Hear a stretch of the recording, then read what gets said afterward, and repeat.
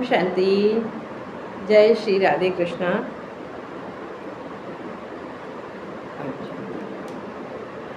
अध्यात्म हमें सिखाता है कि हमें हमेशा खुश रहना चाहिए, आनंदित रहना चाहिए। खुशी जैसी खुराक नहीं, कहते हैं जिसकी अच्छी खुराक होती है, बढ़िया पौष्टिक चीज़ें खाते हैं, उनके शरीर में एनर्जी भी ज़्यादा होती है, उनके चेहरे पे तेज भी ज़्यादा होता है, क्योंकि ग्लो आता है ना उसका। खान पान से भी फ़र्क पड़ता है शरीर पर। जब खान पान से शरीर पर फर्क पड़ता है तो आत्मा का भोजन क्या है? खुशी। जब हम अपनी देखो, जैसे गाड़ी है ना, बिना ड्राइवर के नहीं चलती, वैसे ही हमारा शरीर बिना आत्मा के नहीं चलता है। अब गाड़ी भी हो, ड्राइवर भी हो, लेकिन गाड़ी में पेट्रोल ना हो, ड्राइवर के लिए भोजन ना हो, तो ना गाड़ी चलेगी और ना ड्राइवर चला पाएगा। इसलिए शरीर को अच्छा भोजन दो, लेकिन अपनी आत्मा को भी। आत्मा ड्राइवर ही तो इस शरीर को चलाता है। जब आत्मा निकल जाती है तो ये शरीर चलता कहाँ है? तो हमें अपने ड्राइवर को भी अच्छा भोजन कराना है। क्या भोजन कराना है? खुशी। खुशी जैसी खुराक नहीं है ना। खुश रहना है, हमेशा प्रसन्न चित्त रहना है, आनंदित रहना है। जब हम खुश रहेंगे तो हमारी आत्मा जो है ना, हमारे शरीर के द्वारा कर्म कराती है। शरीर कुछ नहीं करता। जब आत्मा निकल जाती है तो शरीर तो पड़ा रह जाता है, शरीर थोड़ी ना करता है। अब गाड़ी में खूब पेट्रोल भर दो, आप ड्राइवर ना हो, उसमें ना चलाए तो कैसे चलेगी? इसी प्रकार से हमारे शरीर को चलाने वाली जो शक्ति है ना, वो आत्मा है। और जब आत्मा खुशी में होती है, प्रसन्न होती है, आनंदित होती है, तो गाड़ी को बहुत अच्छी चलाती है।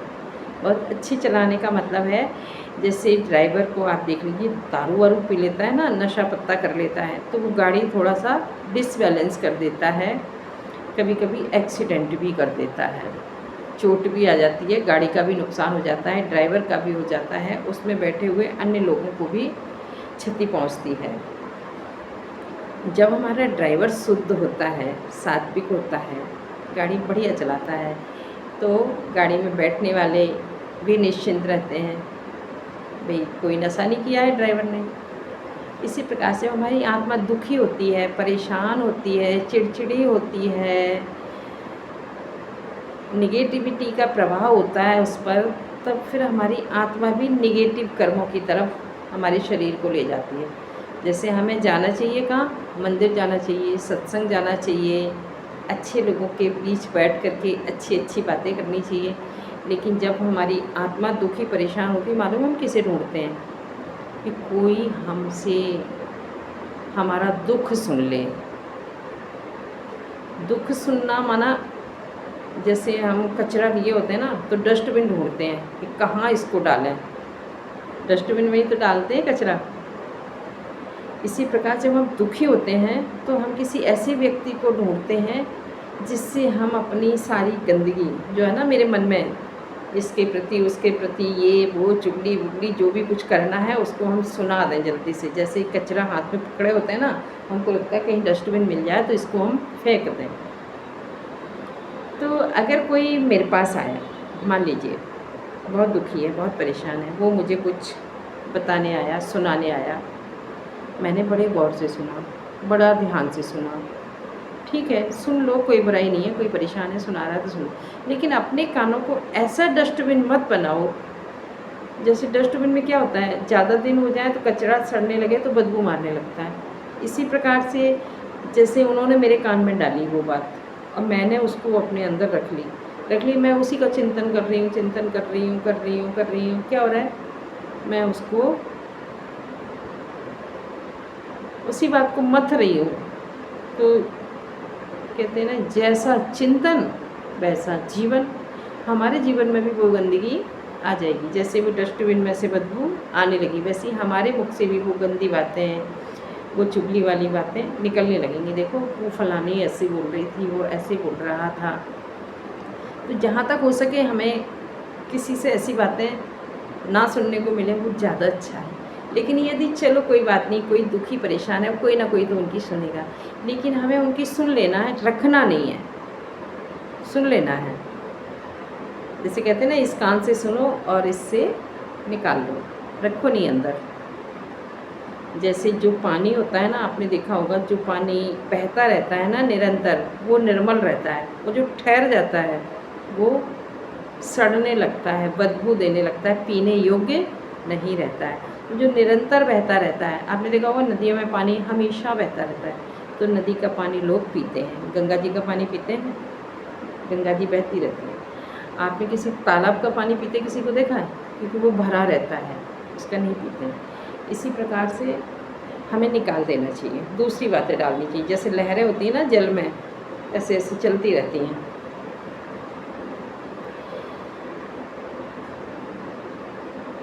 तो है ना, हमें क्या करना है, अपने ड्राइवर को अच्छा भोजन देना है। जहाँ सत्संग हो रहा है वहाँ जाना चाहिए। सत्संग में क्या होगा, भगवान की बातें होंगी। जब भगवान की बातें होंगी तो हम भगवान के बारे में चिंतन करेंगे। जब भगवान के बारे में चिंतन करेंगे, जिसके बारे में सोचेंगे, तो कभी कभी आपने देखा होगा किसी के बारे में हम सोच रहे होते हैं, बैठे होते हैं, सोचते सोचते एकदम दूसरे व्यक्ति का एकदम फ़ोन आ जाता है, मान लीजिए, और वो कहता है कि अरे मुझे हिचकी आ रही थी, मैंने सोचा शायद आप मुझे याद कर रहे हो, वाकई में मैं उसको याद कर रही होती हूँ।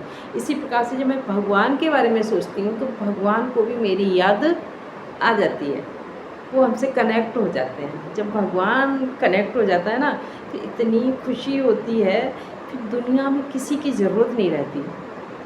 कभी कभार ऐसा होता है, देखो इतना हमेशा तो नहीं होता, लेकिन हाँ कभी कभार ईश्वरीय प्रेम में जब मगन होते हैं ना, तो इतना अच्छा लगता है, इतना अच्छा लगता है, ऐसा लगता है आप कोई बात ही ना करें, उठने का मन ही नहीं करता। इतनी लवलीन अवस्था होती है ना, वो होता है सच्चा आनंद, सच्ची खुशी। तो हमें हमेशा खुश रहना है। खुशी हमारे बाप की प्रॉपर्टी है, आनंद हमारे पिता की प्रॉपर्टी है। पिता कौन है? परमात्मा। शांति हमारे पिता की प्रॉपर्टी है। वैसे भी कहते नहीं है, लौकिक में भी आपने देखा, तुम्हारे क्या बाप की है ऐसी चीज़, तुम क्यों अपना अधिकार दिखा रहे हो? भाई खुशी, सुख, शांति मेरे बाप की प्रॉपर्टी है। सभी लोग मांगने जाते हैं ना भगवान से, और भगवान कौन है? मेरा पिता है। पिता मतलब एक तो शरीर के पिताजी हैं, दूसरा हमारी आत्मा का पिता है परमात्मा। तो शरीर के पिताजी है ना, वो हमें शरीर चलाने वाली चीज़ें दे सकते हैं, अच्छा भोजन दे सकते हैं, अच्छे कपड़े दिला सकते हैं, अच्छी गाड़ी दिला सकते हैं, अच्छा मकान बना सकते हैं, हमको सुविधाएं दे सकते हैं। लेकिन परमात्मा पिता है ना, लेकिन मेरे जो आत्मा है वो तो हमारे पिताजी भी नहीं पकड़ सकते। कभी कभी आपने देखा होगा माता पिता बैठे रहते हैं और बच्चे चले जाते हैं। यदि आत्मा पर माता पिता का बस चलता तो वो निकलने देते, नहीं निकलने देते, क्योंकि आत्मा उनकी है ही नहीं। उन्होंने तो शरीर को दिया है, शरीर की रचना की है। आत्मा तो परमात्मा ने भेजा है ना नीचे, वो तो परमात्मा की चीज़ है, तो उसको जब ज़रूरत होगी तब वो बुला लेगा। और जब परमात्मा का बच्चा है आत्मा, तो परमात्मा भी अपने बच्चे को अच्छी चीज़ देगा। लौकिक में भी तो पिताजी मम्मी जो भी होते हैं ना, अच्छी अच्छी चीज़ें बच्चों को खिला देते हैं। अपने लिए भले ही थोड़ा बच्चे उसी में खा लेते हैं, नमक से भी खा लेंगे, लेकिन बच्चों को दूध भी पिलाएंगे, घी भी खिलाएंगे, फल भी खिलाएंगे, जूस भी पिलाएंगे, अच्छा करते हैं सारा कुछ। वैसे ही भगवान मेरी आत्मा को खुशी देता है, सुख देता है, शांति देता है। और वैसे देखो दुनिया वाले भी मंदिरों में जाते हैं तो क्या मांगते हैं? ये भगवान मेरे घर में सुख शांति देना, वो तो मांगने जाते हैं। और मेरे तो बाप की चीज़ है, फिर भी अगर हम दुखी हैं, परेशान हैं, तो मेरी और बाप की बनती नहीं है। जैसे कभी कभी आपने देखा होगा लौकिक दुनिया में पिताजी बहुत अमीर होते हैं, बहुत पैसे वाले होते हैं, लेकिन वो अपने बच्चों को कुछ नहीं देते हैं।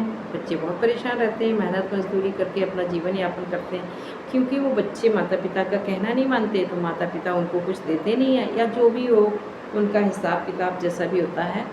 तो वैसे ही हमारा भी परमात्मा के साथ हिसाब किताब। हमारे जीवन में कितनी भी उलझनें आएँ, कितनी भी परेशानियाँ आएँ, सबको साइड करो।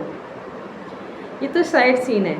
जैसे हम कहीं सफ़र में जाते हैं ना, यात्रा पर, क्या करते हैं, यात्रा पे जब जाते हैं ना तो रास्ते में कभी-कभी फूल दिखते हैं, सुंदर बगीचे दिखते हैं, तो जिसमें बहुत अच्छी खुशबू आ रही होती है, गुलाब के पेड़, मोगरा के पेड़, कितनी सुंदर-सुंदर फूल पत्तियाँ दिखती हैं, तो हमारा मन भी एकदम प्रफुल्लित हो जाता है, खुश हो जाता है। और कभी-कभी क्या होता है, बहुत गंदी स्मेल आती है, जैसे कहीं कोई चीज़ पड़ी हुई है, सड़ी गली, तो बदबू आती है, तो हम क्या करते हैं, नाक बंद कर लेते हैं। गंदी चीज़ हम पसंद नहीं करते ना, नाक बंद कर। सुंदर चीज़ होती तो हम ऐसे करके देखते हैं। तो वैसे ही परमात्मा हमको सुख, शांति, प्यार, ज्ञान, आनंद, शक्ति सभी चीज़ों को दे रहा है। फिर हमें क्या ज़रूरत है गंदी चीज़ों की तरफ देखने की। खुश रहो, मस्त रहो, सुखी रहो, बस और क्या चाहिए। एक दिन ऐसे ये हमारी ज़िंदगी का सफ़र ही तो चल रहा है। कहते ज़िंदगी में कभी धूप कभी छाया होती है, ऐसे ही हमारे जीवन में कभी सुख कभी दुख होता है। अरे वो कहते नहीं, सुख भी तेरे प्यारे हैं, दुख भी तेरे प्यारे हैं, किसी को ठुकराऊं भगवन, दोनों ही तुम्हारे हैं। सुख और दुख जो भी हैं भगवान नहीं देता है, हमारे कर्मों के द्वारा मिलते हैं। तो हमारे कुछ कर्म रहे होंगे, लेकिन भगवान तो निष्पक्ष है ना, पक्षपात नहीं करता है वो, क्योंकि सारी दुनिया का पिता है वो, तो सारी दुनिया का पालनहार है, तो उसके लिए तो सब एक ही समान है। जिसका जैसा कर्म उसको वैसा फल, है ना। तो बस यही है, कर्म अच्छे करो, खुश रहो, परेशान मत रहो। परेशान होने से किसी भी समस्या का समाधान नहीं है। आप जब खुश होंगे तो दूसरों को खुशी दे सकेंगे।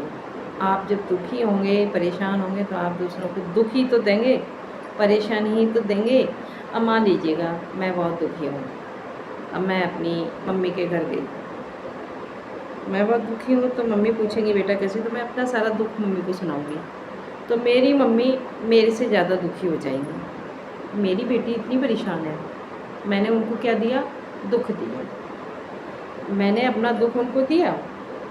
अब वो शरीर तो उनका भी छूटेगा, मेरा भी छूटेगा कभी ना कभी, फिर मैं उनके संपर्क में आऊँगी अगला जन्म लेकर के, तो मैंने इस जन्म में उनको क्या दिया था, दुख। तो आगे चल के वो भी फिर क्या करेंगी, मुझे आकर के दुख ही देंगी। कभी कभी होता है ना ऐसा है कि कोई आकर के हमको भी दुख सुनाता है, तो वही सुनाता है जिसको हमने सुनाया होता है। इस जन्म में वो मेरी माँ थी, इसलिए मैंने उनको सुनाया। अगले जन्म में वो किसी दूसरे रिश्ते में आएंगी, मैं किसी दूसरे रिश्ते में होंगी, तब वो मुझे वो दुख सुनाएंगे, फिर मुझे कष्ट होगा।